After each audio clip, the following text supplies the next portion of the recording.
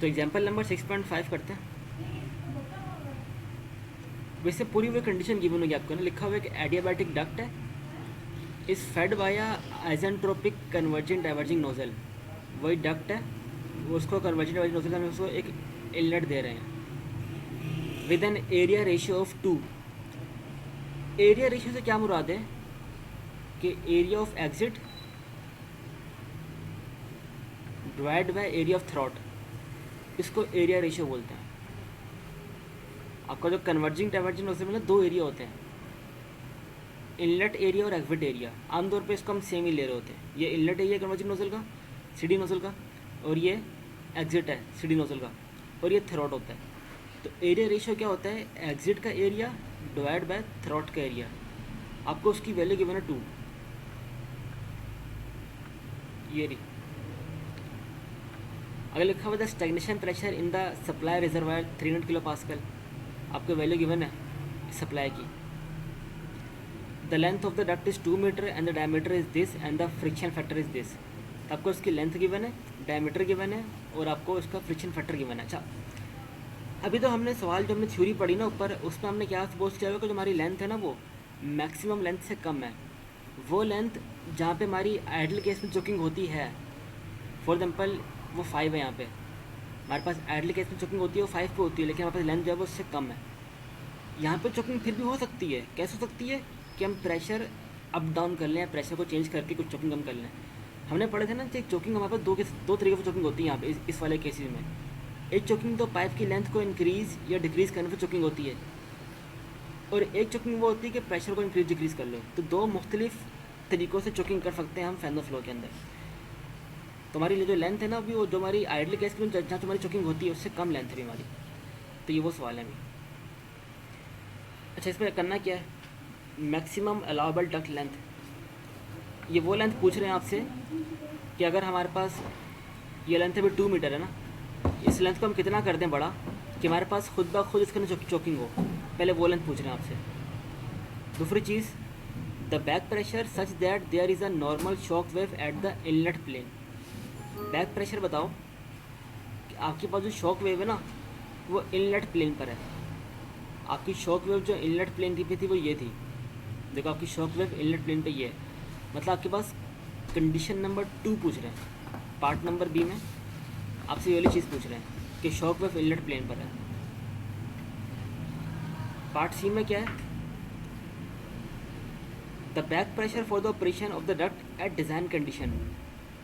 Design condition से मुराद क्या है, कंडीशन नंबर 6, जिसके लिए इसको हमने डिज़ाइन किया हुआ है, इस कंडीशन की बात हो रही है, design condition. Part number D में क्या है, the back pressure such that there is a normal shock wave at the exit plane. आपके पास शॉक वेव है एग्जिट प्लेन पे, ये यहाँ पे बात हो रही है आपके पास 5 की, नहीं 4 की। 4 में क्या था कि आपके पास जो शॉक वेव थी वो बिल्कुल एट द एग्जिट प्लेन पे लाई कर रहे होते। मैंने कहा था ना 3 पॉइंट इंपॉर्टेंट है, पॉइंट नंबर 2 इंपॉर्टेंट है, 4 इंपॉर्टेंट है, और 6 इंपॉर्टेंट है। बाकी इनकी बीच की रेंज खुद ब खुद आ जाती है। अगर हमें 2 पता है, 4 पता है, इनके बीच की जो रेंज होगी सारा वो 3 होगा। 4 पता है, 6 पता है, इनके बीच की रेंज की 5 होगा। 6 पता है और हमें ये पता है ये 0 होता है, तो इसकी बीच की रेंज हमारे पास क्या होगा सारा, वो ये होगा 7 होगा। तो क्वेश्चन ये था, आखिर में वही रेंज पूछा हुआ है। रेंजेस वही हमें पता होगा कि हमने ये सारी वजह निकालें, फिर रेंजेस खुद ही निकाल सकते हैं इससे। तो सवाल सॉल्व करते हैं। अच्छा, सवाल सॉल्व करने का तरीकाकार क्या है, बहुत सिंपल है। सबसे पहले आप यहाँ पे निकालते हो मार्क नंबर किसी भी चीज़ का। मार्क नंबर से आप निकालोगे प्रेशर, वो प्रेशर आपका स्टैग्नेशन भी हो सकता है, और प्रेशर आपका उस स्टेट का स्टैटिक प्रेशर भी हो सकता है। स्टेप नंबर 2 आपका ये होगा। किसी भी स्टेट में आपकी सबसे पहले कोशिश क्या होगी, मार्क नंबर निकाला जाए उस स्टेट का, फिर उस स्टेट पे आप प्रेशर निकालोगे। प्रेशर आपको दोनों चाहिए होंगे वहाँ पे, स्टैग्नेशन में प्रेशर चाहिए होगा आपको, स्टैग्नेशन भी, और प्लस आपको वहाँ पे दूसरा जो उसका स्टैटिक वो भी चाहिए होगा वहाँ का। स्टेप नंबर 2 होगा। स्टेप नंबर 3 ये लाजमी चाहिए होगा आपको, ये जो फैक्टर होगा ना आपका 4FL मैक्सिमम अपॉन डी। तो शुरू करते हैं। सबसे पहले उन्होंने पूछा हुआ है कि बताओ मैक्सिमम अलाउबल डक्ट लेंथ क्या होगी। तो हमने किया क्या, सबसे पहले हमें पता है कि हमें इसका एरिया रेशियो पता है, ये डक्ट जो हमारे पास जो नोजल है ना, जो जैसे हमारे पास यहाँ पे आउट हो रहा है, हमें बेसिकली ये पॉइंट नंबर 1 है ना आई, मैं इसकी प्रॉपर्टी निकालना चाहता हूँ। सबसे पहले मुझे यहाँ की प्रॉपर्टी निकालनी है। मुझे यहाँ पे कुछ नहीं पता अभी, वैसे मुझे यहाँ पे कुछ नहीं पता अभी, एक मुझे ये पता है मुझे इसका एग्जिट एरिया का ratio with respect to throat. मुझे इस पर्टिकुलर पॉइंट पे ना एरिया रेशियो पता है जो कि नंबर 2 है, सही है। और मुझे यही पता है कि अगर यहाँ पे बात हो रही है ना कि आपके पास जो डक्ट है उसके अंदर चोकिंग हो रही है, आगे जाके आपको मैक्सिमम लेंथ मालूम करनी है ना। मैक्सिमम लेंथ से मुराद के आगे जाके आपके पास कहीं ना कहीं अगर लेंथ बड़ी कर दें, कहीं ना कहीं आगे जाके चोकिंग हो रही होगी, यहाँ पर ये वो पॉइंट है। तो इस 2 वाले पे पॉइंट पे ना जो पर एरिया रेशियो है, इस वजह से निकलेगा मार्क नंबर आई, जो इनिशियल सेट का मार्क नंबर है। फिर उस मार्क नंबर के बाद हम निकालेंगे इसका प्रेशर, क्योंकि स्टैग्नेशन प्रेशर थ्रू आउट हमारे पास सेम रहेगा। फिर हम यहाँ से निकालेंगे पी आई इसका इनिशियल प्रेशर।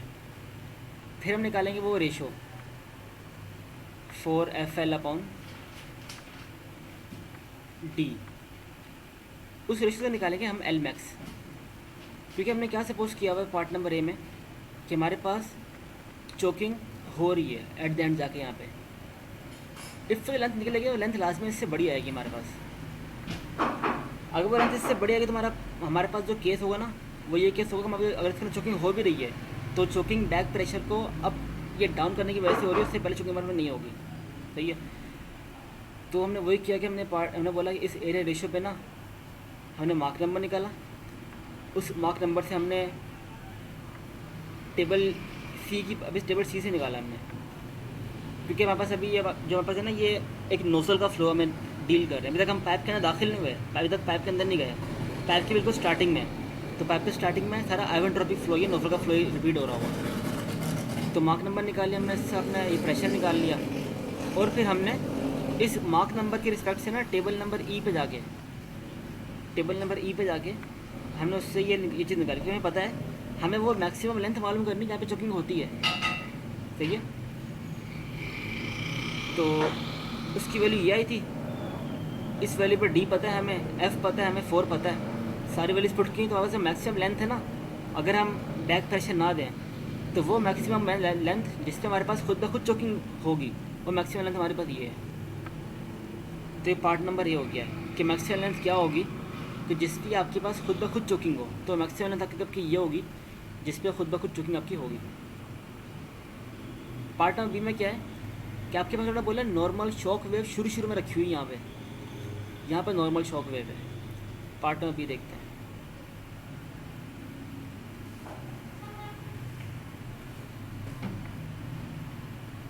अच्छा, सपोज कर लो मुझे ये तो पता है कि यहाँ का मुझे मार्क नंबर पता है जो कि अभी निकाला है मैंने, ये रहा। तो अब बिल्कुल यहाँ पे शॉक वेव भी आ चुकी है बिल्कुल इनलेट पे। तो हम यहाँ पर टेबल नंबर डी यूज़ करेंगे। यहाँ पे जो मार्क नंबर उसको हम बोलेंगे MX। शॉक वेव से पहले मार्क नंबर को MX बोलते हैं, चैप्टर नंबर 5 में पढ़ा था। और इसके बाद को हम बोलते हैं MY। शॉक वेव के बाद को हम MY बोलते हैं,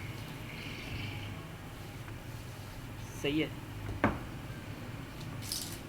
तो हमने बोला कि अगर हमारे पास एक वो लाई कर रही शॉक वेव लाई कर रही बिल्कुल इनलेट पे, MX तो पता है हमें क्योंकि मार्क नंबर पहले से हम निकाल चुके हैं उसके बिल्कुल इनलेट पे डक्ट के।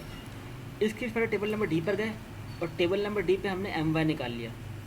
और टेबल नंबर डी पे ही ना एक रिलेशन होता है PY/PX। मैं दिखा देता हूँ। टेबल नंबर D 2.2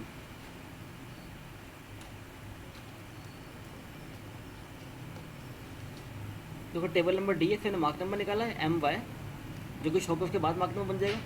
और इसी टेबल पे हमारा एक रेशियो होता है PY/PX। हमें PX पता है, मतलब इनलेट का प्रेशर हमें पता रहा, हमने प्रेशर इनलेट यहाँ पे निकाला था। तो इसके रिस्पेक्ट से हमने PY भी निकाल लिया, सही है। अब हमें पता क्या है, हमारे पास पता है हमारा इनलेट था, हमारा डट का इनलेट था। इनलेट में बिल्कुल शॉक वेव थी, हमें यहाँ की कंडीशन सारी पता है हमें, जो कि MX और PI है, PY है। और हमें यहाँ की कंडीशन नहीं पता जो कि एम वाई है और पी वाई है, सब पता है, सही है। अब यहाँ से यहाँ पे देखो, आप जो अब जो मार्क नंबर है ना, यहाँ पे मार्क नंबर, वो मार्क नंबर यहाँ पे भाई सबसोनिक हो गया, जो कि ये है। जब भी कोई सबसोनिक फ्लो हमारे डक्ट में फ्लो करता है, ये हमारी डक्ट है ये, अभी अगर इसमें फ्लो कर रहा है तो कोई ना कोई पर्टिकुलर लेंथ होगी जिसमें ये ऑटोमेटिकली खुद ब खुद जाके चोक होगा। जब फेनोफ्लो में होता है क्या, अगर हमारा मार्क नंबर ग्रेटर देन 1 हो ना, सुपरसोनिक हो, तो वो 1 की तरफ अप्रोच कर रहा होता है। और अगर हमारा मार्क नंबर लेस देन 1 हो, सबसोनिक हो, तो वो भी 1 की तरफ अप्रोच कर रहा होता है। अभी मार्क नंबर लेस देन 1 आ गया यहाँ पे इस वाले पॉइंट पे, तो अब वो 1 की तरफ यहाँ पे अप्रोच कर रहा होगा, सबसोनिक की तरफ अप्रोच कर रहा होगा। तो मैंने किया क्या, इस मार्क नंबर से पहले जाके मैंने टेबल नंबर आपसे ई मर गया और मैंने ई पे ये वैल्यू निकाल ली है। यहाँ पे अगर मैं लेंथ की वैल्यू निकालूँ तो मेरे पास वो लेंथ हैगी कि जिस पे मेरे पास खुद ब खुद चोकिंग हो रही होगी। अभी इसको मैंने फर्दर यूज़ नहीं किया हुआ, इसको यहीं पे रोका हुआ है। और साथ ही साथ मैंने इसी मार्क नंबर पे ना, मुझे इसका अपना प्रेशर तो पता है, इसका अपना प्रेशर ये है, यहाँ पे इसका अपना स्टैटिक प्रेशर ये है, मुझे यहाँ का पता है। लेकिन मैं ये चेक करना चाहता हूँ जहाँ पे मेरे चोकिंग हो रही है, फॉर एग्जाम्पल चोकिंग यहाँ पर हो रही है, इमेजिनरी चोकिंग है भैया, ये चोकिंग में से हो नहीं रही है, इमेजिनरी, सारा का इमेजिनरी चल रहा है। मैंने बोला कि चोकिंग में यहाँ पे होगी चोकिंग, तो उस चोकिंग पे प्रेशर क्या होगा वो निकालना है। वो भी मैंने इसी वैल्यू पे 0.55 पे P अपॉन P स्टार की वैल्यू निकाली। मैं दिखा देता हूँ, 0.55 देखो 0.55 है, सही है। सबसे पहले इस पर मैं निकाला था 0.55, ये रहा, सही है। सबसे पहले इसमें लेंथ की वजह निकाली, ये वजह निकाली। इससे अगर हम लेंथ निकालेंगे तो ये वो लेंथ होगी कि अगर हमारे पास ये वो लेंथ होगी जिससे हमारे पास चोकिंग खुद ब खुद हो जाएगी, ये इमेजिनरी है भी, सही है। और दूसरा हमने इसी पॉइंट पे ये रेशो निकाला, ये रेशो नहीं कहा, स्टार वाला, यहाँ ये वाला रेशो है, ये रेशो।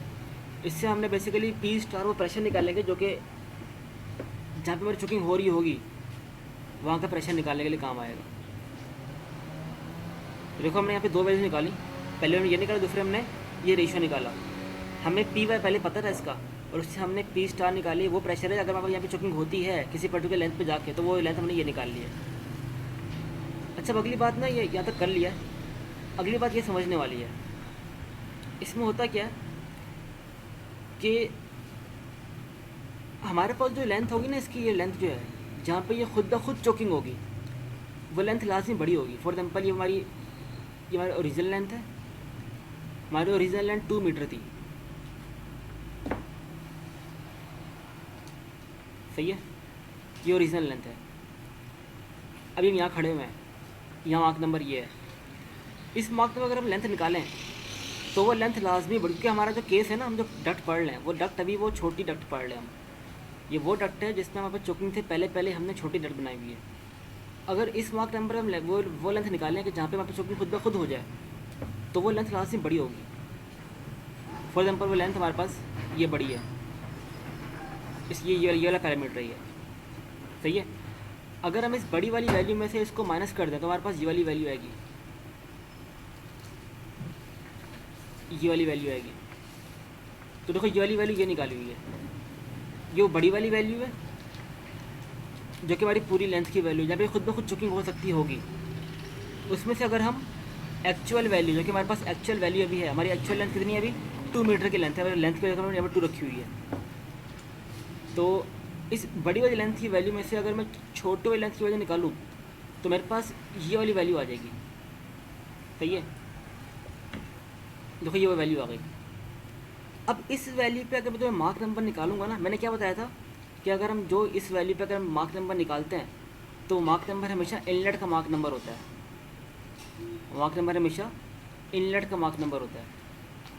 अभी जो मैंने लेंथ निकाली, मतलब यहाँ पे खड़ा हूँ, जो मैंने ये वाली वैल्यू निकाली है ना, ये वाली वैल्यू, ये वैल्यू यहाँ, अगर मैं इस वैल्यू पे मार्क नंबर निकालूँ तो मैं मार्क नंबर इसका इनलेट क्या होगा, इसका इनलेट ये हो जाएगा।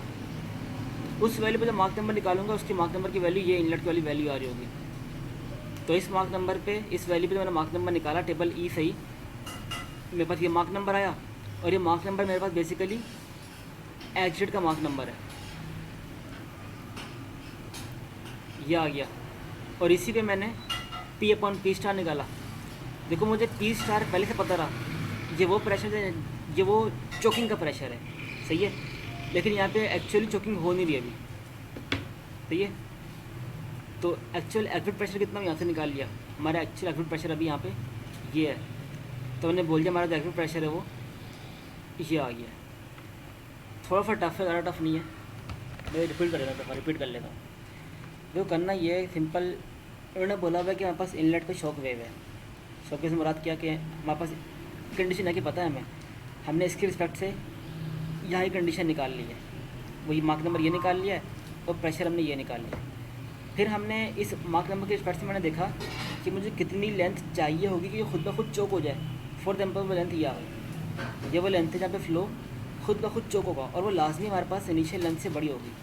ये हमारी इनिशियल लेंथ है 2 मीटर, तो जो हमने निकाला ना खुद ब खुद जो बड़ी लेंथ जिसमें खुद ब खुद चोक हो जाए वो बड़ी लेंथ है। अब हमने किया क्या कि इस बड़ी वाली लेंथ में से इसको माइनस कर दिया, हमारे पास ये वाली लेंथ बच गई। अब जिस लेंथ पे आप मार्क नंबर निकालते हो ना, वो मार्क नंबर हमेशा उसका इनलेट का मार्क नंबर होता है।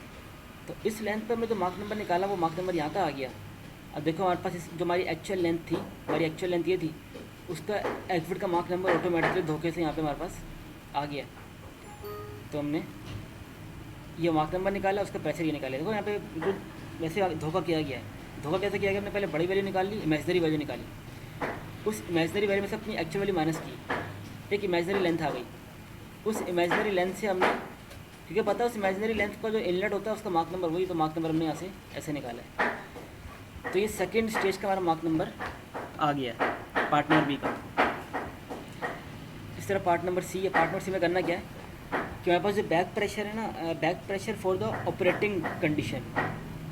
ऑपरेटिंग कंडीशन बिल्कुल आइडल कंडीशन होती है जिसमें कोई भी शॉक वेव नहीं होती हमारे पास। अब देखो ऑपरेटिंग कंडीशन में पता है हमारा इनलेट का मार्क नंबर ये था, और उस इनलेट के मार्क नंबर पे हमने टेबल नंबर अपेंडिक्स ई से हमने ये वैल्यू निकाली इसकी, सही है। और हमें इसका इनिशियल प्रेशर पहले से पता रहा जो कि हमने यहाँ पे निकाला था 28। उसके रिस्पेक्ट से हमने यहाँ का चोकिंग प्रेशर, वो प्रेशर जहाँ पे चोकिंग हो रही है वो निकाल लिया। ये वो प्रेशर आ गया, चोकिंग प्रेशर।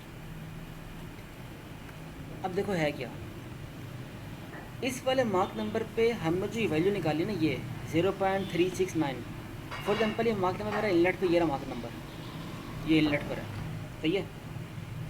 ये जो मैंने वैल्यू निकाली ये वो वैल्यू है जिसमें हमारा मार्क नंबर खुद ब खुद लेंथ इतनी बड़ी करें कि हमारा मार्क नंबर खुद ब खुद यहाँ पे 1 हो जाए, निकलने से पहले पहले या निकलते हुए 1 हो जाए। ये वो खुद ब खुद वाली लेंथ है जो कि ये आई है, लेकिन एक्चुअली हमारी लेंथ ये है अभी जो कि कम है, सही है। तो अगर हम बड़ी वाली लेंथ में से ये छोटी वाली लेंथ माइनस कर देंगे तो हमारे पास जो इजाफी लेंथ है वो आ जाएगी। देखो इजाफी लेंथ आ गई है, बड़ी वाली लेंथ में से जो निकाली है इसमें से मैंने माइनस करी छोटी वाली लेंथ को, जो कि हमारे पास ये है एक्चुअल जो है हमारे पास यहाँ पे ये वाली लेंथ आ गई, ये वाली लेंथ आ गई है। अब इस लेंथ के अगर मैं मार्क नंबर निकालूँ, इस लेंथ का अगर मार्क नंबर निकालूँ तो मार्क नंबर में से इनलेट का देता है, इनलेट का, जो कि एक्चुअली मेरे पास एक्सिटी है। तो देखो उसने जो मार्क नंबर दिया जो कि बेसिकली इनलेट का मार्क नंबर, जैसे अपने हिसाब से उसने इनलेट का दिया है, लेकिन मेरे लिए वो एक्सिट का मार्क नंबर है, ये आ गया। और उसी वैल्यू पे मैंने ये पी अपॉन पी स्टार निकाल लिया। मैंने यहाँ पे पी स्टार सेम था, पता रहा मुझे P star through out same है, मैंने यहाँ से पी एक्विड 3 भी यहाँ पे ये निकाल लिया है। और यही मेरे पास थर्ड वाले का प्रेशर है जो कि डिज़ाइन प्रेशर है। सिंपल ये कॉन्सेप्ट समझ लेना कि लेंथ हमारी बड़ी है, उसमें से एक्चुअल को माइनस कर देना, इमेजनरी लेंथ आ जाएगी। उस इमेजनरी लेंथ के इनलेट पे जो वैल्यू निकालोगे ना वही हमारे पास एक्विड की वैल्यू होगी। अगला केस क्या है, back pressure first that there is a no shock wave at the, ये तो हो गया। अच्छा डिज़ाइन कंडीशन हो गया। अब normal shock wave at the exit plane पर है। देखो एट द एक्विड हमारा मार्क नंबर हम निकाल चुके हैं, सही है। अब इस और एट द एक्विड हम प्रेशर ही पता है हमें, सही है। अब है क्या, हमने जो ऊपर सॉल्व किया ना इसमें क्या है कि हमारे पास ये पूरा हमारी डक्ट थी, डक्ट के यहाँ तक बिल्कुल निकलने से पहले पहले हमें सब कुछ पता है, मार्क नंबर ही पता है, प्रेशर ही पता है हमें। अब उन्होंने बोला वो डक्ट के बिल्कुल एंड पर यहाँ पे शॉक वेव एग्जिस्ट कर रही है। तो वापस टेबल डी पर जाएंगे, टेबल डी पे जाएंगे, इस मार्क नंबर पे हम एम एक्स पता है हमें एम एक्स पता है और हमें इसका प्रेशर ही पता है। तो पेंडिक्स नंबर डी पर गए, पेंडिक्स नंबर डी पे हमने इस वाली वैल्यू पे ना 1.57 पे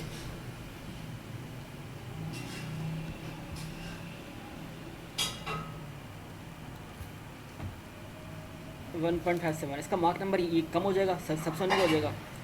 और जो हमारा मेन कंसर्न है वो प्रेशर से कंसर्न है, P/Px। तो हमारे पास जो वैल्यू आ रही है इसकी वही आ रही है 2.709। तो उस वैल्यू की रिस्पेक्ट से ना हमने यहाँ पे अपना एक्विड का प्रेशर निकाल लिया, और यही प्रेशर बेसिकली हमारा एक्विड का प्रेशर होगा। यहाँ पे तो हमारा एक्विड मिल रहा होगा, ये रहा। तो हमने सारे पार्ट्स कर लिए, हमें सारी चीज़ें पता चल गई। हमें पता चल गया यहाँ का प्रेशर कितना है, हमें पता है यहाँ का प्रेशर कितना है, और हमें पता है यहाँ का प्रेशर कितना है। अब पूछा गया है आखिर में रेंज क्या पता नहीं है, range of back pressure for the subsonic flow. Subsonic flow की रेंज होगी यहाँ से ज़्यादा होगी, हमें पता है स्टेंडेशन प्रेशर से लेके यहाँ तक की प्रेशर की रेंज है ना, ये सबसोनिक फ्लो की रेंज होगी। इसी तरीके से flow region with the shock, shock हमें बस कहाँ से लाई करती, शॉक में बस होगी ना वो यहाँ से 2 से लेके बल्कि 1 2 सही है 1 से लेके 2 तक के बीच में ना हमारी शॉक को यहाँ पे लाई करोगे ये।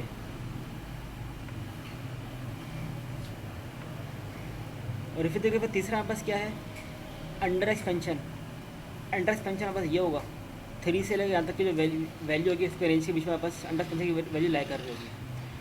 तो ये सारी वैल्यू यहाँ पे रखी हुई हैं, ये सबसोनिक की वैल्यू है स्टैग्नेशन से लेके हमारे पास सबसोनिक के अंदर। फिर फ्लो रीजन जहाँ पे शॉक लाई करता है, शॉक रीजन इससे लेके हमारे पास जो आइडियल केस है वहाँ तक, फिर आइडियल से लेके यहाँ तक हमारे पास ओवर एक्सपेंशन होती है, और उससे नीचे हमारे पास अंडर एक्सपेंशन होती है।